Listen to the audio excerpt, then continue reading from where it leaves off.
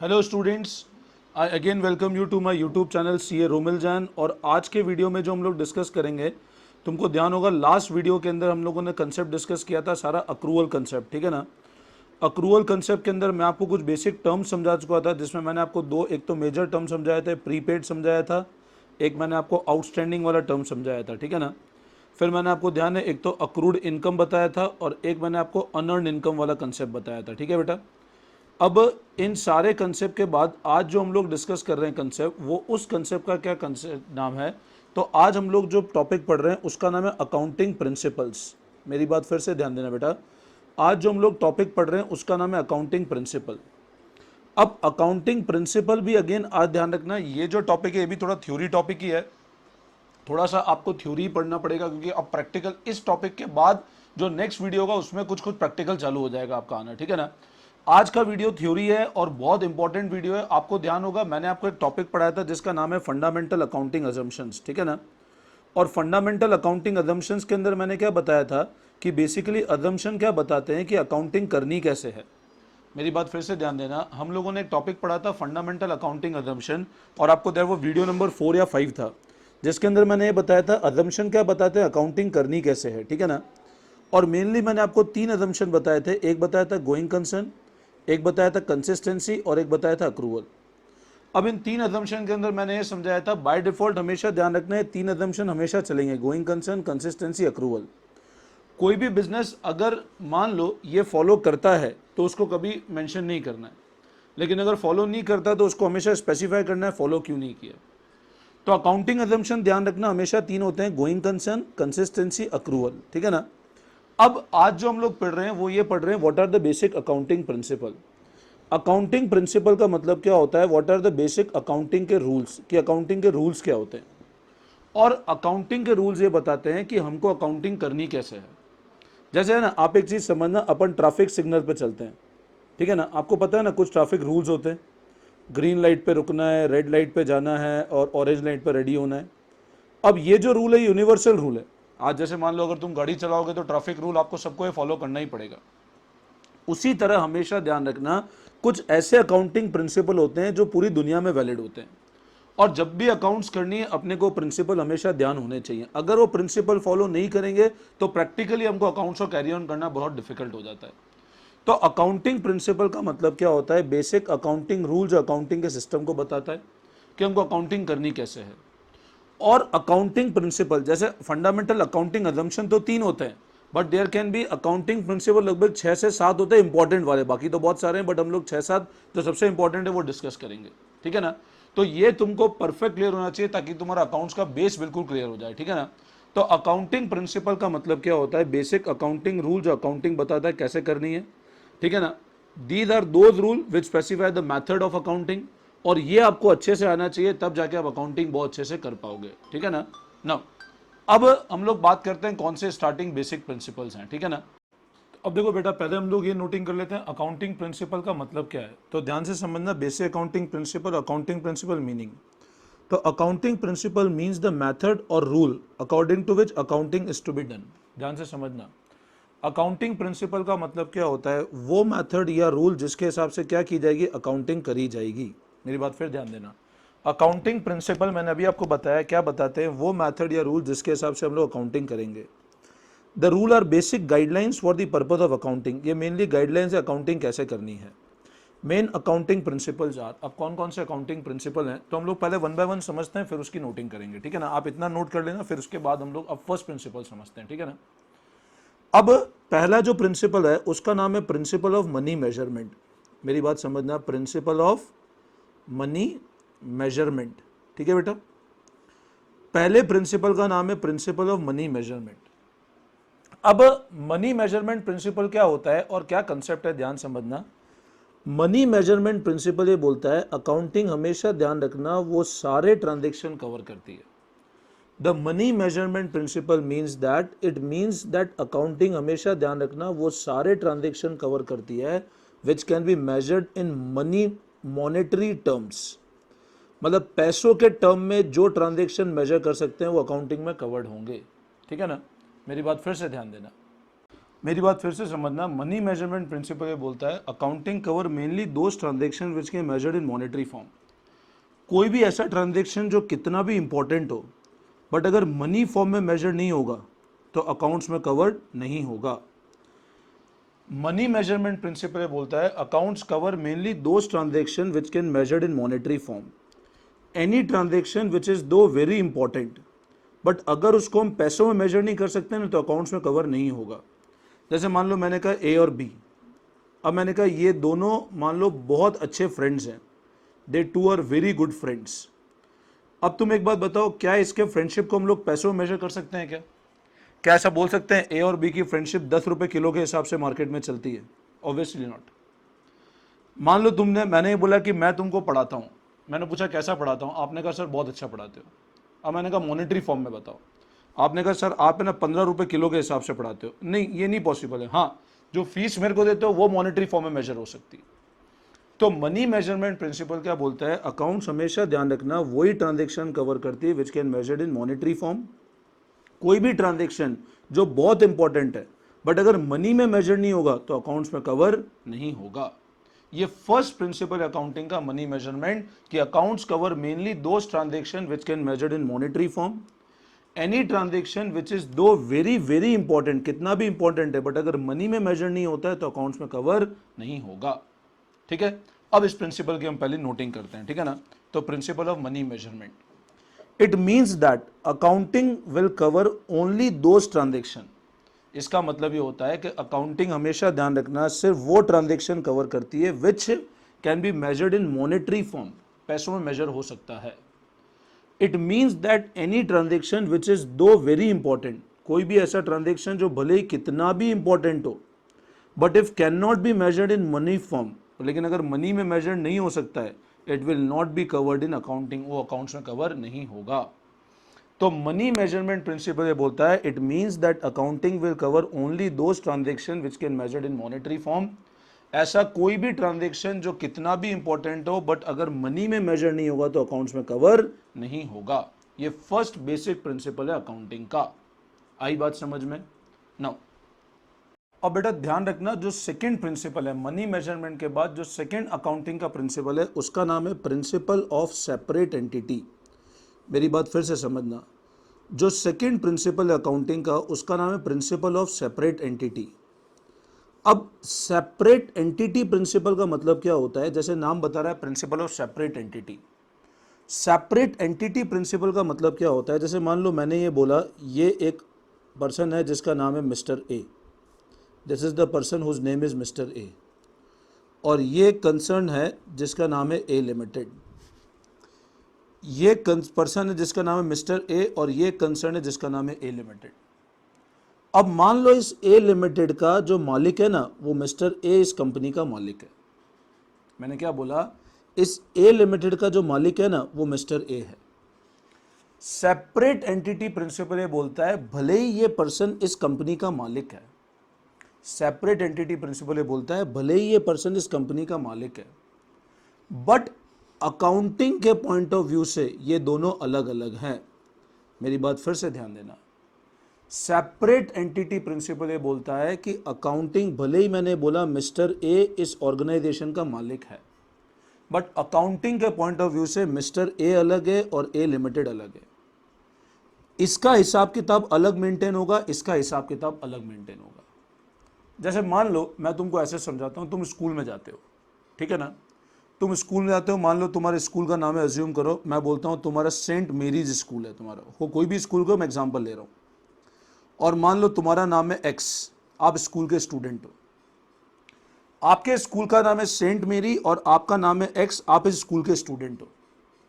अब मेरे को एक बात बताओ, अगर आप इस स्कूल के स्टूडेंट हो तो आप जब इस स्कूल में एडमिशन लोगे और फीस भरोगे तो तुमको रसीद किसकी मिलेगी? तुम्हारे नाम स्कूल का, मान लो स्कूल के मालिक का नाम है मिस्टर वाई, एक्स ओनर है सेंट मेरीज का और सेंट मेरीज के मालिक का नाम है मिस्टर वाई। अब मेरे को एक बात बताओ, जब तुम स्कूल में एडमिशन लोगे और तुम रसीद मांगोगे, तुमको रसीद किसकी मिलेगी? क्या सेंट मेरीज की मिलती है, वाई की मिलती है? वाई भले स्कूल का मालिक है, तो आप बोलेगे सर ऑब्वियस सी बात है, स्कूल में एडमिशन लिया तो सेंट मेरीज के नाम से रसीद मिलेगी। तो बेटा यहाँ एक चीज ध्यान रखना, अगर आपको रसीद सेंट मेरीज के नाम से मिलती है, इसका मतलब क्या हुआ कि सेंट मेरीज की अकाउंटिंग अलग चल रही है और वाई भले इसका मालिक है, इसकी अकाउंटिंग अलग चल रही है। सेपरेट एंटिटी प्रिंसिपल ये बोलता है, जैसे मान लो मैंने कहा मेरे कोचिंग इंस्टीट्यूट का नाम है करियर हाइट्स, मेरे कोचिंग इंस्टीट्यूट नाम है करियर हाइट्स। अब करियर हाइट्स और मान लो मेरा नाम है रोमिल जैन। अब अकाउंटिंग पॉइंट ऑफ व्यू से करियर हाइट्स अलग है और रोमिल जैन अलग है। इन दोनों को मिक्स करके मैं एक नहीं बना सकता हूं। इसका अकाउंटिंग अलग चलेगा, इसका अकाउंटिंग अलग चलेगा, इसका हिसाब किताब अलग, इसका हिसाब किताब अलग। आप मेरे को फीस दोगे ना, तो मैं आपको, आप मेरे इंस्टीट्यूट पे आकर मेरे को फीस देते हो तो मैं आपको रसीद, पता है, करियर हाइट्स की रसीद दूंगा, मैं रोमिल जैन की रसीद नहीं दूंगा। तो सेपरेट एंटिटी प्रिंसिपल ये बोलता है कि अकाउंटिंग के पॉइंट ऑफ व्यू से ओनर और बिजनेस ये दो अलग अलग एंटिटी है और इन दोनों को मिक्स करके आप एक नहीं कर सकते हो। ओनर की अकाउंटिंग रिकॉर्ड अलग चलेगा और बिजनेस का अकाउंटिंग रिकॉर्ड अलग चलेगा। Owner and business, this should not be mix to make it a one. आज जैसे मान लो मैं कहता हूं मिस्टर ए लिमिटेड में पैसा लगाता है, तो हमने पढ़ा था उसको क्या कहते हैं हम लोग, कैपिटल कहते हैं, ठीक है ना। तो ऑब्वियस सी बात है ये बिजनेस क्या बोलेगा, कैपिटल लगाया किसने, ए ने लगाया। उसी तरह जब ए अगर यहां से पैसा निकालता है तो ड्राइंग्स कहलाता है। तो ये सब सेपरेट एंटिटी है ना भाई, इसने पैसा लगाया तभी तो कैपिटल नाम किस बोल रहा है, वरना बोलेगा ठीक है तूने पैसा लगाया, मेरे को हिसाब किताब करना ही नहीं है, बट हिसाब किताब होता है ना। तो सेपरेट एंटिटी प्रिंसिपल क्या बोलता है, ओनर और बिजनेस ये दो अलग अलग एंटिटी है और ये दोनों मिक्स होके एक नहीं होने चाहिए। ओनर का हिसाब किताब अलग, बिजनेस का हिसाब किताब बिल्कुल अलग चलेगा, ये बोलता है सेपरेट एंटिटी प्रिंसिपल। आई बात समझ में? अब इसकी हम नोटिंग कर लेते हैं, ठीक है। Now this principle specify that, ये क्या बोलता है, owner and business are two different entity, owner और बिजनेस दो अलग अलग एंटिटी है and they should not be treated to make it one, और एक नहीं मानना है, उसको अलग अलग ही मानना है। ये प्रिंसिपल ये बताता है कि ओनर और बिजनेस दो अलग अलग एंटिटी है और उनको एक नहीं मानना है, वो अलग अलग है। सेपरेट अकाउंटिंग रिकॉर्ड, अलग अलग accounting record are maintained to be maintain for both owner and business, owner और बिजनेस दोनों के लिए अलग अलग अकाउंटिंग रिकॉर्ड हम लोग मेंटेन करेंगे, ठीक है ना। तो ये अपना सेकंड प्रिंसिपल अकाउंटिंग का होता है जिसका नाम है सेपरेट एंटिटी। अब बताओ फर्स्ट प्रिंसिपल कौन सा पढ़ा था, मनी मेजरमेंट, कि अकाउंटिंग सारे ट्रांजेक्शन कवर करती है, मनी मेजर होते हैं। दूसरा कौन सा पढ़ा अपन ने, सेपरेट एंटिटी, ओनर और बिजनेस दो अलग अलग एंटिटी है। अब तीसरा हम अकाउंटिंग पीरियड पढ़ते हैं, पहले इसको समझ लेते हैं, है ना। नो, अब देखो जो नेक्स्ट प्रिंसिपल है उसका नाम है अकाउंटिंग पीरियड प्रिंसिपल, ठीक है ना। नेक्स्ट जो प्रिंसिपल है उसका नाम है अकाउंटिंग पीरियड प्रिंसिपल। अब अकाउंटिंग पीरियड प्रिंसिपल बेसिकली क्या बोलता है, ये एक बहुत सिंपल प्रिंसिपल है और बहुत ही अच्छा, मतलब लॉजिकल प्रिंसिपल भी है, ठीक है ना। अकाउंटिंग पीरियड प्रिंसिपल बेसिकली क्या बोलता है कि बिजनेस की एंटायर लाइफ, बिजनेस की entire life should be divided into accounting fix accounting period, मतलब एक फिक्स अकाउंटिंग पीरियड होना चाहिए बिजनेस की एंटायर लाइफ का, और उस पीरियड के एंड पे हमेशा आपको परफॉर्मेंस निकालनी चाहिए। अब मेरे ख्याल से ऐसे आपको समझ नहीं आएगा, मैं थोड़ा इजी करके समझाता हूँ। मेरे को एक बात बताओ, आपको फर्स्ट से लेकर क्लास 10th तक, फर्स्ट क्लास से लेकर 10th क्लास तक आने में 10 साल लगते हैं ना बेटा। अब तुम एक बात बताओ, तुम्हारे एग्जाम हर साल होते नहीं होते? आप रोते हो भी बोलो, बट हंसते हो बोलो, बट एग्जाम तो हर साल होते हैं। अब आप बताओ, अगर तुम्हारे एग्जाम हर साल होते हैं, फर्स्ट में एग्जाम हुआ, सेकंड में एग्जाम हुआ, थर्ड में हुआ, हर साल एग्जाम हुए ना, तो हर साल के एंड पे तुमने तुम्हारी परफॉर्मेंस चेक की ना कि हमारी परफॉर्मेंस क्या है, इंप्रूव हो रही है, कितने परसेंट आ रहे हैं। ऐसा तो नहीं था कि पहली से 10वीं तक एक बार भी एग्जाम, डायरेक्ट 10 साल बाद एग्जाम लिए, ये तो पॉसिबल ही नहीं है। अकाउंटिंग पीरियड प्रिंसिपल ये बोलता है कि एक बिजनेस के अंदर हमेशा ध्यान रखना कि पूरी अकाउंटिंग हर साल, एवरी ईयर बिजनेस की परफॉर्मेंस मेजर होनी चाहिए। जैसे मैंने कहा ना, हर साल तुम्हारे एग्जाम होते हैं, इसी तरह हर साल बिजनेस की परफॉर्मेंस मेजर होनी चाहिए। अगर बिजनेस की परफॉर्मेंस हर साल मेजर नहीं होगी ना, तो प्रॉपर रिजल्ट नहीं निकल पाएगा। अब अकाउंटिंग पीरियड क्या बोलता है कि entire life of business should be divided into fix period. Entire life of business किस में डिवाइड होना चाहिए, फिक्स पीरियड में, और उस पीरियड के एंड पे अपनी परफॉर्मेंस एसर्टेन कर लो। आप जैसे मान लो मैंने कहा 2011 से लेकर 2020 तक कोई बिजनेस मान लो यहाँ चालू हुआ, यहाँ होते होते चेक करे, उसने 10 साल कुछ भी चेक नहीं किया, क्या खर्चे हैं, क्या इनकम है, कुछ भी चेक नहीं किया। 2020 में चेक किया क्या प्रॉफिट है, तो वो वैसा बिजनेस नहीं चलेगा। पीरियड प्रिंसिपल ये बोलता है कि entire life of business should be divided into fix period, ठीक है ना। अब वो पीरियड हो सकता है एनुअली हो, वो पीरियड हो सकता है हाफ ईयरली हो, वो पीरियड हो सकता है फाइनेंशियल ईयर के फॉर्म में हो, फाइनेंशियल ईयर मतलब अप्रैल से मार्च चले, या हो सकता है आपका कैलेंडर ईयर चले जनवरी से दिसंबर। तो बेसिकली ये प्रिंसिपल ये बोलता है कि entire life of business should be divided into fix period, और उस पीरियड के एंड पे आपको हमेशा परफॉर्मेंस को एसर्टेन करना ही है, तभी जाके बिजनेस स्मूथ वे में फंक्शन कर पाएगा। वो पीरियड कुछ भी हो सकता है, that can be calendar year, that can be financial, कुछ भी हो सकता है। आई बात समझ में? तो अकाउंटिंग पीरियड प्रिंसिपल की अब अगर हम लोग नोटिंग करते हैं तो this period principle specifies that entire life, पूरी बिजनेस की जिंदगी of the business is divided, divided में भाग बांट दिया जाता है into fix period so that its performance is measured at regular interval. ये प्रिंसिपल क्या बोलता है कि एंटायर बिजनेस की life should be divided into fix period, वो फिक्स पीरियड में डिवाइड हो जानी चाहिए ताकि उसकी परफॉर्मेंस हम रेगुलर इंटरवल पे मेजर कर सकें। अब वो पीरियड कैलेंडर ईयर भी हो सकता है, अप्रैल से लेकर मार्च फाइनेंशियल ईयर भी हो सकता है, at the end of which, साल के एंड पे the performance will be measured so that accurate position of business can be find out, ताकि हम बिजनेस की एक्यूरेट पोजीशन पता लगा सके। तो अकाउंटिंग पीरियड प्रिंसिपल क्या बोलेगा कि बिजनेस की सारी लाइफ फिक्स पीरियड में डिवाइड हो जानी चाहिए, और उस पीरियड के एंड पे अपने को रेगुलर बेसिस पे अपने को परफॉर्मेंस मेजर करनी ही पड़ेगी। आई बात समझ में? 3 प्रिंसिपल पढ़े, पहला मनी मेजरमेंट, दूसरा सेपरेट एंटिटी, और तीसरा अकाउंटिंग पीरियड प्रिंसिपल। नाउ अब देखो बेटा, जो अगला प्रिंसिपल है उसका नाम है ड्वेल एस्पेक्ट प्रिंसिपल, ठीक है ना। अब ड्वेल वर्ड का मतलब क्या होता है? दो। ध्यान रखना, ड्वेल का मतलब क्या होता है? दो, ठीक है ना। ड्वेल एस्पेक्ट प्रिंसिपल बेसिकली क्या बोलता है कि अगर मैं बात करता हूं अकाउंटिंग के अंदर, अगर मैं बात करता हूं अकाउंटिंग की, तो अकाउंटिंग में हमेशा ध्यान रखना हर ट्रांजैक्शन के 2 इंपैक्ट होते हैं। Always remember that. तो देखो, जो मैं समझा रहा था dual aspect principle, basically dual word का मतलब होता है टू। ड्वेल का मतलब क्या होता है? टू, ठीक है ना। और ड्वेल एस्पेक्ट अकाउंटिंग का ये प्रिंसिपल बोलता है कि अकाउंटिंग में हर ट्रांजैक्शन के 2 इंपैक्ट होते हैं। जैसे मान लो मैंने बोला मैंने कार परचेज करी, अब आप मेरी बात समझना, अगर मैं कार खरीदता हूँ तो मेरे पास कार तो आएगी, बदले में क्या जाएगा? कैश जाएगा, ठीक है ना। या मैं उधार पे खरीदूंगा तो मेरी लाइबिलिटी बढ़ेगी, लाइबिलिटी मतलब क्रेडिटर्स बढ़ेंगे। जैसे समझो, मान लो पेन खरीदा मैंने, तो पेन आया, बदले में कैश गया। तो अब खैर इसको हम और डिटेल में पढ़ेंगे जब जर्नल में पढ़ेंगे हम लोग, but dual aspect principle simple सी यह बात बोलता है कि अकाउंटिंग के अंदर हमेशा ध्यान रखना हर ट्रांजैक्शन के 2 इंपैक्ट होते हैं। अब वो जो 2 इंपैक्ट होते हैं ना, जैसे मैंने कहा कार आई और कैश गया, अब इन दोनों में एक तो डेबिट होता है और दूसरा क्रेडिट होता है। अब डेबिट क्रेडिट क्या होता है वो मैंने अभी नहीं समझाया बेटा। ड्यूअल एस्पेक्ट प्रिंसिपल बोलता है कि in accounting every transaction have 2 impact. One transaction is known as debit and second is known as credit. एक को कहलाएगा डेबिट और दूसरा कहलाएगा क्रेडिट। और हमेशा ध्यान रखना कि डेबिट का टोटल हमेशा क्रेडिट के टोटल के बराबर ही होगा। ये एक बहुत इंपॉर्टेंट पॉइंट है। कैसे होगा वो बाद में पढ़ेंगे, अभी सिर्फ प्रिंसिपल पे ध्यान देना है। क्या होगा, कैसे होगा, कार क्या डेबिट होगी, कैश क्या क्रेडिट होगा, वो आगे का बात है, वो अभी इसमें नहीं समझा रहा हूं मैं।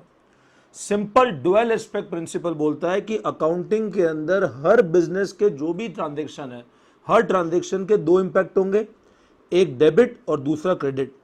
और हमेशा ध्यान रखना डेबिट का टोटल क्रेडिट के टोटल के बराबर होगा।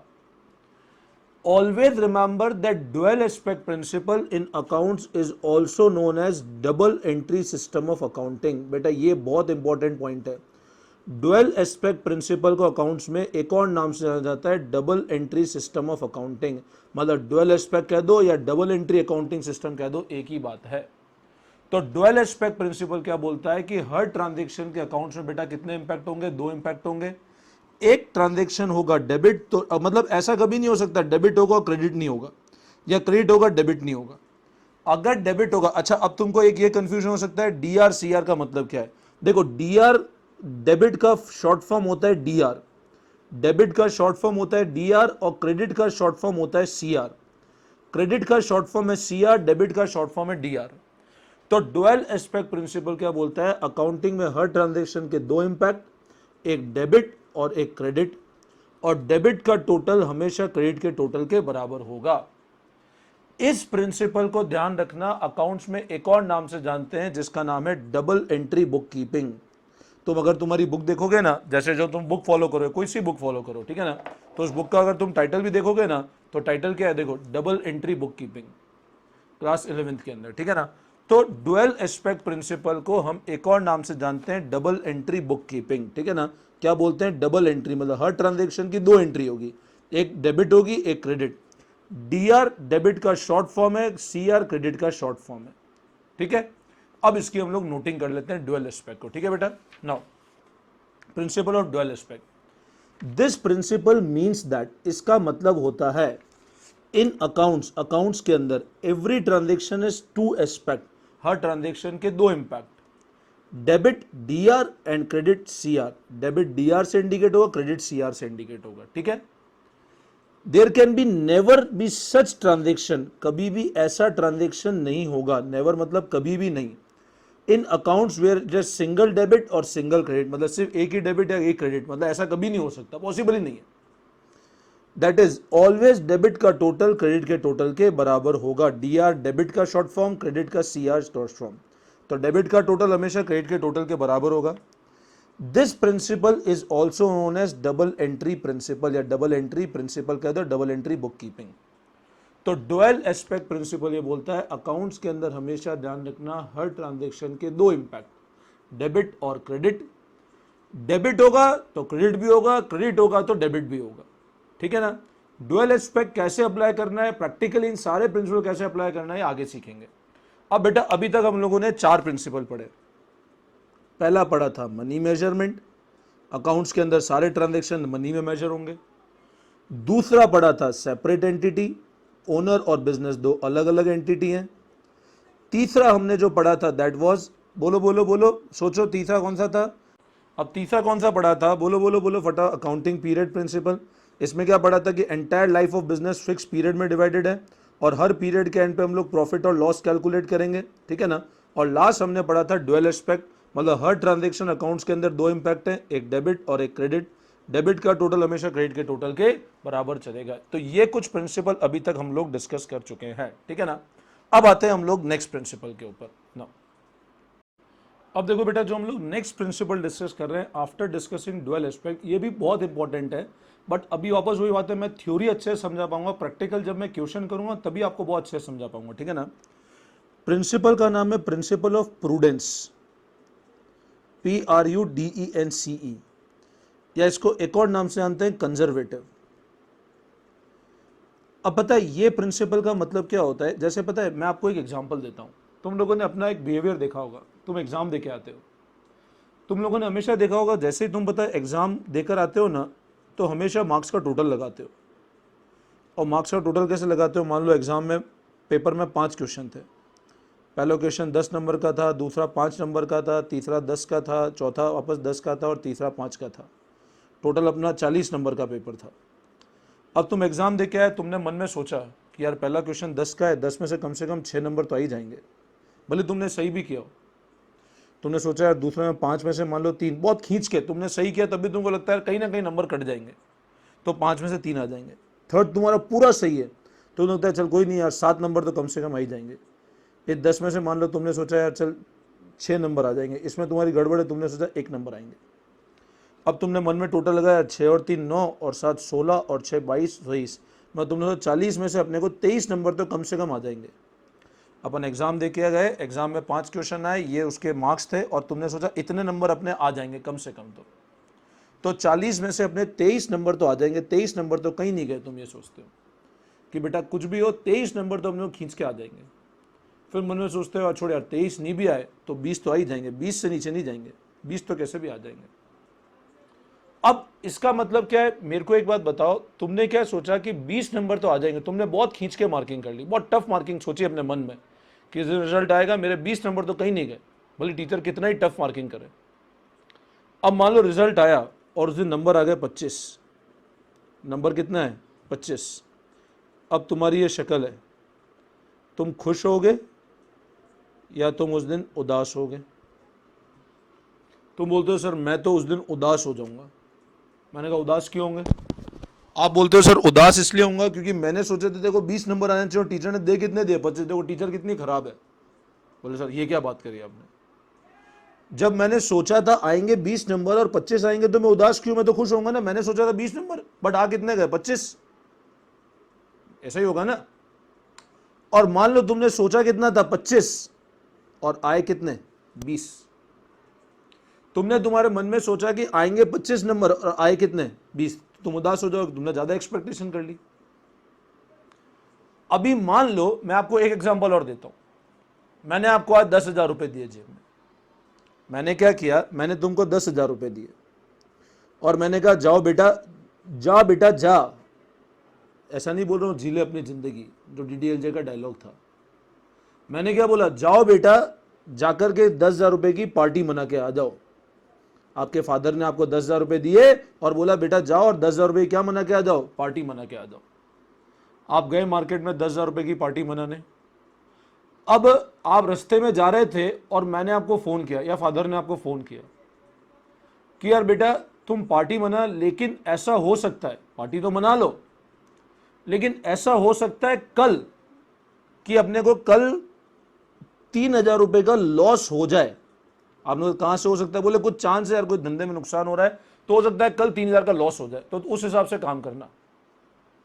अब मेरे को एक बात बताओ, तुम्हारी जेब में कितने रुपए पड़े थे। आपने कहा सर मेरी जेब में 10,000 रुपए पड़े थे।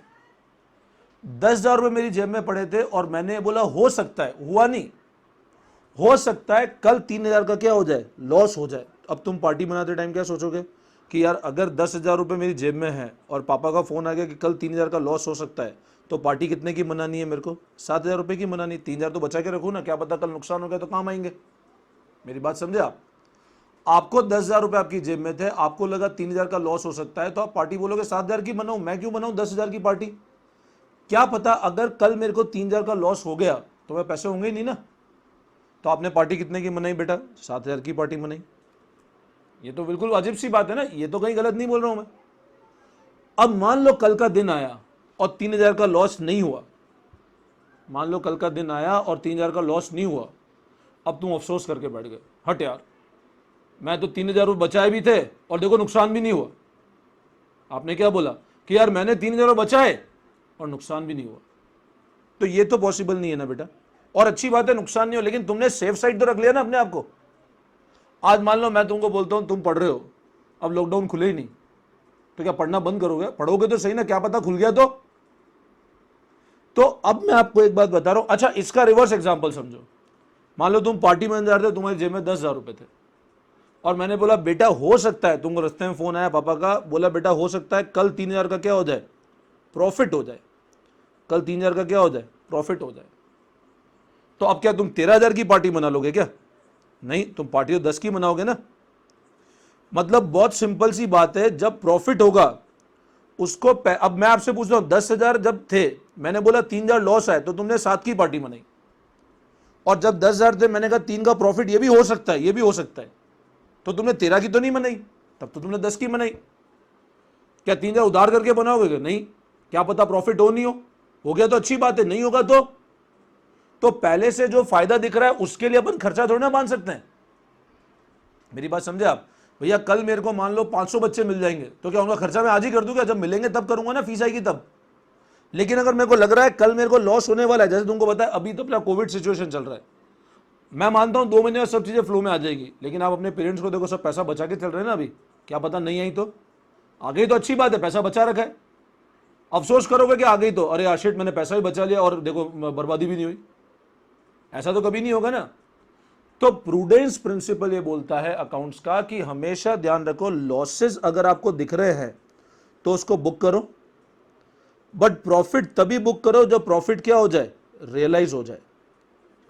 प्रॉफिट जब तक जेब में नहीं आए उसकी खुशी मत बनाओ, बट लॉसेस अगर दूर है, सिर्फ दूरदृष्टि, आज हमको लग रहा है कोविड से अगले 6 महीने देश बंद हो जाएगा तो पहले से पैसे की व्यवस्था कर रहे हैं हम लोग, नहीं होगा तो अच्छी बात है। तो प्रूडेंस प्रिंसिपल अकाउंट्स का ये बोलता है कि बिजनेस को हमेशा लॉसेस को एंटिसिपेट करके बुक करके चलना चाहिए, बट प्रॉफिट उसको तभी बुक करना चाहिए जब प्रॉफिट क्या हो जाए, रियलाइज हो जाए। जब तक पैसा नहीं आ जाए प्रॉफिट को आप खर्च नहीं करोगे। मतलब ऐसा नहीं प्रॉफिट दिख रहा है और अपन ने अभी से खर्चों की व्यवस्था बना ली, नहीं, बट लॉसेज अगर दिख रहे हैं तो लॉसेज को हटा करके बाकी पैसा खर्च करो। कैसे अकाउंटिंग करना है वो प्रैक्टिकल एंगल बाद में समझाऊंगा, मैं बार बार बोल रहा हूं, ठीक है ना। तुम रूठ के चले मत जाना कि बोले यार सर समझ नहीं आ रहा। बेटा अभी अपन थ्योरी पढ़ रहे हैं, सिर्फ कंसेप्ट समझना। तो प्रूडेंस मतलब होता है कंजर्वेटिव, मतलब कंजूसी से अकाउंटिंग करो। दिख रहा है लॉसेज हो रहा है तो बुक करो, बट प्रॉफिट तो भी बुक करो जब प्रॉफिट रियलाइज हो जाए, ठीक है। अब हम देखते हैं प्रूडेंस प्रिंसिपल क्या बोलता है। तो प्रिंसिपल ऑफ प्रूडेंस और कंजर्वेटिज्म, इट मीन्स दैट, इसका मतलब है ऑलवेज बिजनेस, हमेशा business should anticipate loss. Anticipate मतलब एस्टिमेट करे, एंटिसिपेट मतलब पता लगाए, हाँ हो सकता है। एंटिसिपेट मतलब आगे की भविष्यवाणी। अगर बिजनेस को लगता है आगे लॉस होने वाला है तो उसको बुक करे, and book it. Business loss को एंटिसिपेट करे और उसको बुक करे, but profit should be booked only when there are realise. But profit तभी बुक करे जब जेब में आ जाए, जब तक नहीं आए तब तक मत करो भैया प्रॉफिट की व्यवस्था। इट स्पेसिफाई दैट, ये फिर ये बताता है, if any losses is expected, कोई भी लॉस लग रहा है, हो सकता है, हुआ नहीं, हो सकता है, to be occur in future, future में होगा, we should book loss, loss book करो टुडे, आज ही बुक कर लो अगर लग रहा है भविष्य होने वाला है। But profit should be booked only when it is realise, but profit तभी बुक करो जब वो रियलाइज हो जाए। This principle of accounts is always focus on playing safe, हमेशा सेफ रहो, ठीक है ना। नाउ ठीक है, तो this principle is known as playing safe, मतलब हमेशा सेफ रह के काम करो। लॉसेस को है तो व्यवस्था पहले करो, प्रॉफिट होगा तब की तब देखेंगे, खुशियां बाद में मनाओ, बट अगर गम होने वाला है तो उस गम की पहले तैयारी कर लो। ये प्रूडेंस प्रिंसिपल बोलता है। 5 प्रिंसिपल डिस्कस किए, बताओ पहला कौन सा डिस्कस किया था? बोलो बोलो बोलो, मन में बोलो, मेरे को सुनाई नहीं देगा, मन में बोलो। Money measurement, separate entity, accounting period, prudence, और बोलो और कौन सा प्रिंसिपल डिस्कस किया? डुअल एस्पेक्ट, ठीक है ना। तो पांचों प्रिंसिपल मेरे ख्याल से अच्छे से समझ आ गए होंगे। अब हम लोग नेक्स्ट प्रिंसिपल की बात करते हैं। नो, अब बेटा जो नेक्स्ट प्रिंसिपल हम लोग डिस्कस कर रहे हैं उसका नाम है मैचिंग प्रिंसिपल। देखो मैं आपको एक चीज़ और बता देता हूँ, अभी तो अपन ने क्या प्रिंसिपल्स की सबकी थ्योरी पढ़ी है, आपको बहुत अच्छे से समझ में जब आएगा जब अपन धीरे धीरे इसके प्रैक्टिकल क्वेश्चंस करेंगे, ठीक है ना। अभी मैचिंग प्रिंसिपल भी क्या है मैं आपको एक बहुत बेसिक समझा पाऊंगा, बट अभी आगे आने वाले चैप्टर में जब हम क्वेश्चंस करेंगे तो आपको बिल्कुल अच्छे से समझ में आ जाएगा। अब मैचिंग, जैसे नेम बता रहा है मैच, अपन सुनते हैं कपड़े मैचिंग पहनने चाहिए, ऊपर अगर अपन ने ब्लैक शर्ट पहना है तो नीचे व्हाइट ही सूट करेगा, कॉन्ट्रास्ट मैच होना चाहिए ना हमेशा। मतलब मैचिंग प्रिंसिपल उसी फंडे बेस है। मैचिंग क्या बोलता है कि हमेशा बिजनेस में रेवेन्यू और एक्सपेंस एक दूसरे से मैच होने चाहिए। अब इसका मतलब क्या होता है समझो। मैंने 11th क्लास के अंदर 10 बच्चे पढ़ाए, मैंने 11th क्लास में कितने बच्चे पढ़ाए? 10 बच्चे पढ़ाए। एक बच्चे ने मेरे को 5,000 रुपये की फीस भरी। मैंने 11th क्लास में 10 बच्चे पढ़ाए और एक बच्चे ने 5,000 रुपये की फीस भरी। तो आप बताओ टोटल फीस कितने की आई मेरे पास? 50,000 रुपये की फीस आई। अब मैंने अगर 11th क्लास में 10 बच्चे पढ़ाए और एक बच्चे ने 5,000 रुपये की फीस भरी तो मेरे पास टोटल फीस कितने की आई? 50,000 रुपये की फीस आई। अब आप मेरी बात समझो, 50,000 रुपये की फीस के अगेंस्ट अगर मैं खर्चा करूंगा इस 11th क्लास पे, अब मेरे पास 12th भी चल रहा है, मान लो CA भी चल रहा है, CS भी चल रहा है, अलग अलग बैच चल रहे हैं, लेकिन मेरे को एक बात बताओ, इस 11th क्लास में मैक्सिमम कितना खर्चा कर पाऊंगा? तो आप क्या बोलोगे सर, क्योंकि 50,000 रुपये आए तो मैक्सिमम खर्चा भी कितना कर पाएंगे? सिर्फ 50, इससे ऊपर तो कैसे करूंगा? जब पैसा आया इतना तो इससे ऊपर कैसे करूंगा? मैचिंग प्रिंसिपल क्या बोलता है कि अगर रेवेन्यू इतना है तो इससे ऊपर ऐसा तो ना 60,000 खर्चा करूंगा भाई, जितना पैसा यहाँ है उतना पैसा यहाँ खर्च होगा, जितना 12th का है उसका उतना इसका एक्सपेंस होगा। अब मान लो यहाँ मेरे पास 50 लाख रुपए है और यहाँ 50,000 ही है, तो इसका पैसा मैं यहाँ थोड़ी ना डालूंगा, वो पैसा इसके खर्चे से मैच होगा, वो उसका जितना पैसा है उससे उतना खर्च करूंगा मैं। मैचिंग प्रिंसिपल अकाउंट्स का बोलता है हमेशा ध्यान रखना रेवेन्यू एक्सपेंस से हमेशा मैच होने चाहिए। ऐसा नहीं होना चाहिए रेवेन्यू और एक्सपेंस अलग अलग चल रहे हैं, रेवेन्यू 50,000 हुआ खर्चा 2 लाख कर दिया, नहीं, जितनी कमाई हुई खर्चा भी उतना करो तो ही आप करेक्ट प्रॉफिट निकाल पाओगे। आई बात समझ में? क्या डिटेल में अपन इसको आगे पढ़ेंगे, एक बार इसकी नोटिंग कर लो, ठीक है ना। Now it means that in a business में ऑलवेज रेवेन्यू मतलब receipt should match with expense, expense मतलब आउटफ्लो। बिजनेस में हमेशा रेवेन्यू रिसिप्ट किससे मैच करनी चाहिए? आउटफ्लो से। That is always revenue of one period, एक पीरियड की कमाई should match with expense of that period. 2020 में जितना कमाई हुई उतना ही मैं खर्चा कर पाऊंगा, 2021 में जितनी कमाई हुई उतना खर्चा कर पाऊंगा। To ascertain correct profit of that period, तो ही मेरा उस पीरियड का करेक्ट प्रॉफिट निकलेगा। ये एक बेसिक कंसेप्ट होता है मैचिंग प्रिंसिपल का। अब बेटा ये तो मैंने आपको मेजर प्रिंसिपल्स कवर कर दी जो कवर करने थे। आप बुक खोलोगे तो उसमें 2-3 प्रिंसिपल और है, लेकिन वो कुछ काम की नहीं है। Verifiable object, revenue recognition, cost principle, वो कुछ काम की नहीं है, ना उसका भी कोई मतलब है, ठीक है ना। तो आपको अगर कोई बोले भी तो भी कोई पढ़ने का मतलब नहीं है, वो कोई काम के प्रिंसिपल नहीं आएंगे, काम भी नहीं आते। एग्जाम में आए तो उसको बुक में देख के रट लेना, बाकी कोई मेरे हिसाब से बहुत ज़्यादा यूज़ है नहीं उन प्रिंसिपल्स का, ठीक है ना। तो एक बार हम लोग क्विक वे में सारा रिवाइज कर लेते हैं। मैंने पहला प्रिंसिपल पढ़ाया था money measurement. Money measurement principle में बताया था अकाउंटिंग हमेशा ध्यान रखना वो सारे ट्रांजैक्शन कवर करती है जो मनी फॉर्म मेजर होंगे। ऐसा कोई भी ट्रांजैक्शन कितना भी इंपॉर्टेंट हो लेकिन मनी मेजर नहीं होगा तो अकाउंट्स में कवर नहीं होगा।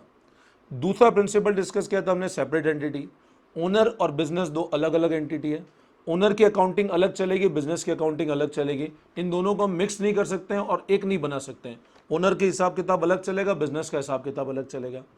तीसरा प्रिंसिपल हमने डिस्कस किया था जिसका नाम था अपना अकाउंटिंग पीरियड प्रिंसिपल, कि बिजनेस की लाइफ क्या होनी चाहिए, फिक्स पीरियड में डिवाइड होनी चाहिए ताकि हम हर टाइम पे टाइम टू टाइम अपने प्रॉफिट निकाल सकें।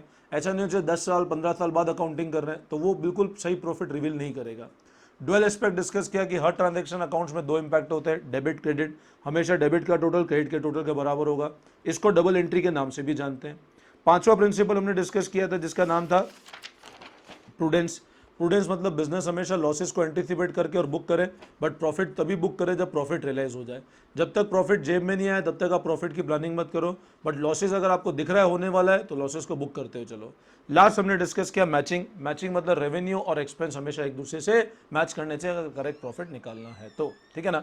तो ये हमारा एक वीडियो होता है जिसमें हमने अकाउंटिंग के सारे प्रिंसिपल डिस्कस किए हैं, ठीक है ना। अब अगर आपको कोई भी डाउट्स हो मेरे को कमेंट बॉक्स में लिख देना, तो मैं कमेंट बॉक्स में आपको रिप्लाई कर दूंगा। इन सारे के पीडीएफ नोट्स चाहिए तो आप ऐप स्टोर पे जाके करियर हाइट्स का ऐप डाउनलोड कर लेना। उस ऐप में आपको इनके सारे पीडीएफ प्रॉपर नोट्स मिल जाएंगे, ठीक है बेटा। चलो, thank you all of you.